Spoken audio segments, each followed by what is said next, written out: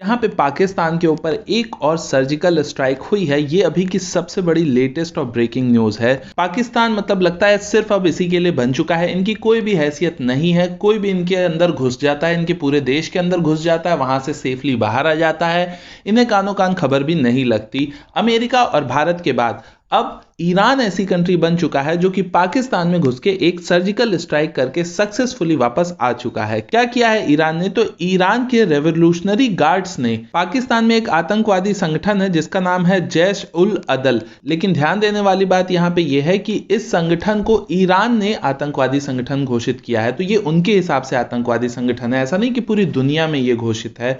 तो ईरान के हिसाब से ये एक आतंकवादी संगठन है और इस संगठन ने आज से लगभग 2.5 साल पहले अक्टूबर 16 2018 को ईरान के 12 आईआरजीसी गार्ड्स को किडनैप कर लिया था। तो इस किडनैपिंग के बाद ईरान और पाकिस्तान के बीच में बातचीत हुई और उसके बाद फिर इस ऑर्गेनाइजेशन ने सारे गार्ड्स को तो छोड़ दिया, लेकिन दो जो गार्ड थे वो पकड़े रहे इन लोगों ने। और उसके बाद से ही ईरान टकटकी लगा के बैठा हुआ था कि कब उसे मौका मिले और वो अपने इन दो सोल्जर्स को छुड़ा ले।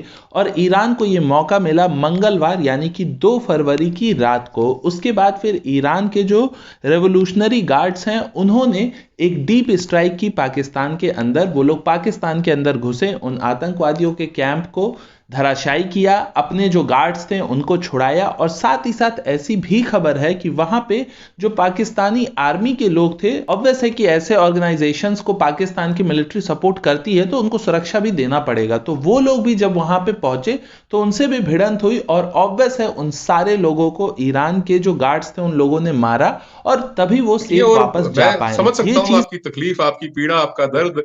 मैं महसूस कर सकता हूँ आप क्या महसूस कर रहे हैं इस वक्त। कोई भी आता है मंदिर की घंटी की तरह बजा के चला जाता है, टन और आप लोग कहते हैं कि साहब हमारी तो घंटी बजी नहीं। और पहले कहा आपने, खुद कहा कि वो चिड़िया कौवे तोते मर गए और सब तरीके की बातें, वो निकल जाएगी बात, धीरे धीरे बाहर आ जाएगी। सच्चाई कितने दिन छुपाओगे? पहले भी आपने 40-41 दिन के बाद मीडिया को जाने दिया बालाकोट में, अब भी हो जाएगा, धीरे धीरे निकल आएगी सारी कहानी बाहर। कोई बात नहीं, आप चिंता क्यों कर रहे हो? आपके नहीं हुआ ना, कोई नहीं हुआ ना, आप चिंता मत करो, कोई बात नहीं, छोड़ दो। आप मान तवज्जो ही साहब मत दो इस बात पे, जाने दो, छोड़ दो। मान साहब, आप जो डिस्कस कर इम्पोर्टेंट, रहे हो इसका मतलब ये है कि कुछ तो हुआ है। आप रात के अंधेरे में आते हैं और दूसरा अभी ईरान को भी साथ डाल लिया। मेरा ख्याल है कि सारा कुछ आप अपने डोमेस्टिक प्रोपेगेंडा करने के लिए और अवाम को खुश करने के लिए करते रहते हैं। ऐसी बात है मान साहब? थोड़ा सा ना लॉजिक और रीजनिंग के साथ बात कीजिए चीमा साहब। आपका कहते हैं ना कि हमारा हमसाया मुल्क है और हमारा बिरादर मुस्लिम ममालिक है, इस्लामी मुल्क है। तो ये सब बातें जब आप कहते हैं तो मेरे को दिखा दो, ईरान ने कब कहा कि साहब इंडिया प्रोपेगेंडा कर रहा है और हमने कोई सर्जिकल स्ट्राइक नहीं करी पाकिस्तान के अंदर। ईरान का बयान आया है, वो दिखा दो। अब नहीं आया तो उसका मतलब कहीं ना कुछ तो गड़बड़ है। और वही बात मेरी पहले वाली, आप कह रहे हैं कि साहब आप बालाकोट में रात को क्यों आए? अरे भैया, हमारे पास सर्वेलेंस इक्विपमेंट है, हमारे पास जहाज हमारे ऐसे हैं कि रात को उड़ सकते हैं। अब आपके वाले तो नहीं है ना साहब कि दिन दिन में उड़ेंगे, साले रात को उड़ेंगे ही नहीं।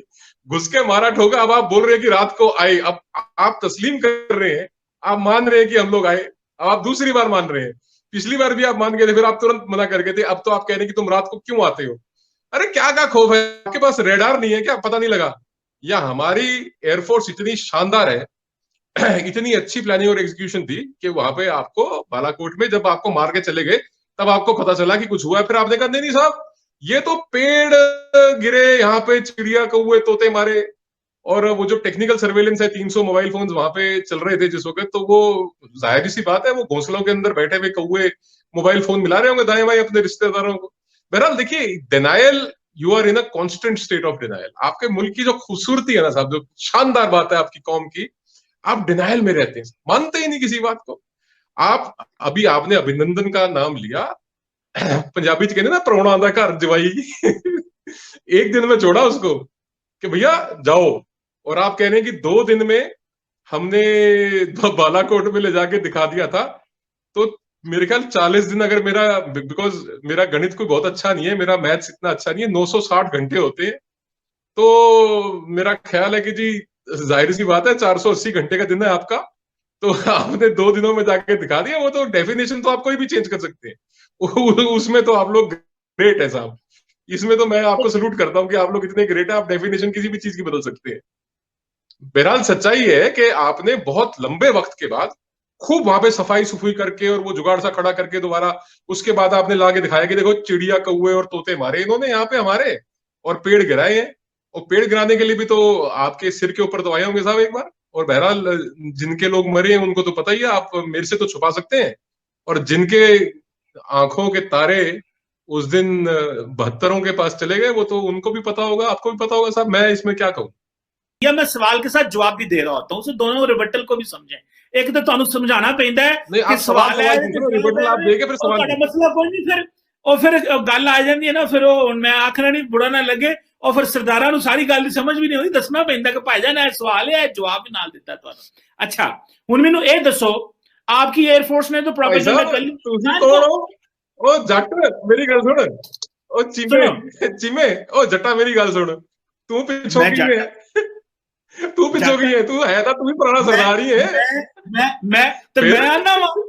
मैं मानना वा मेरे बहुत जवाब जड़े ने पिछे साडे वड्डे के, मेरी थोड़ी तो डिस्कशन होनी नहीं चाहिए थी।